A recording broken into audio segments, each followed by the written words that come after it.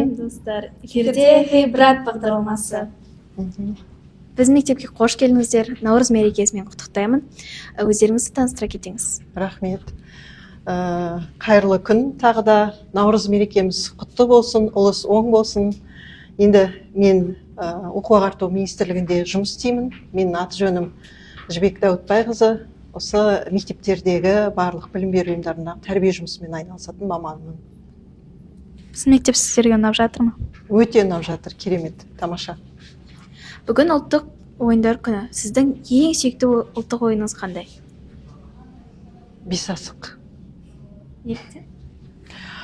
Ол шапшаңдыққа үйретеді, өте қызықты, солай көңілді да тез көтереді, балалардың арасында өзара бәсекелестікті дамытады, ширақтық, икемділікті дамытады.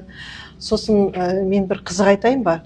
Осы жұмыс қызмет істеуді бастаған кезде бізге енді ғана компьютерлер келіп, біздің жұмысымызда орналасып жатты. Енді ол осыдан бір 20 шақты жыл бұрын где-то шамамен алғанда.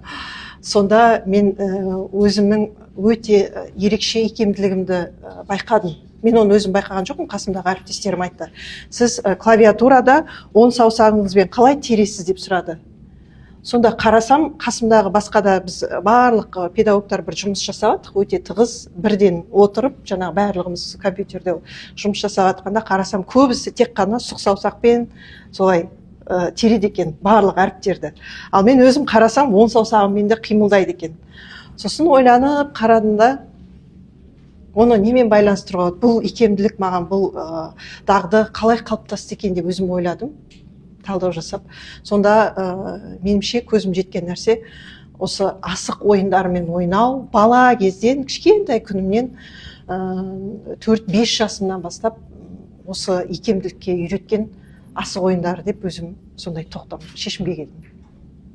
Сұхбатыңызға рахмет. Біздің мектептің 90 сайын шығатын авторлық газетін сыйға тартамыз. Ой, рахмет, керемет, жақсы. Рахмет. Сіздеріңізге береке берсін.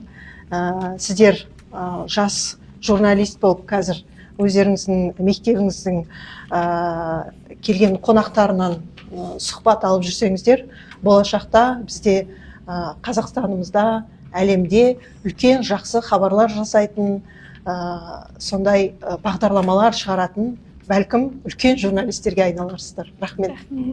Кәсіп қой. Қош сау болыңыздар.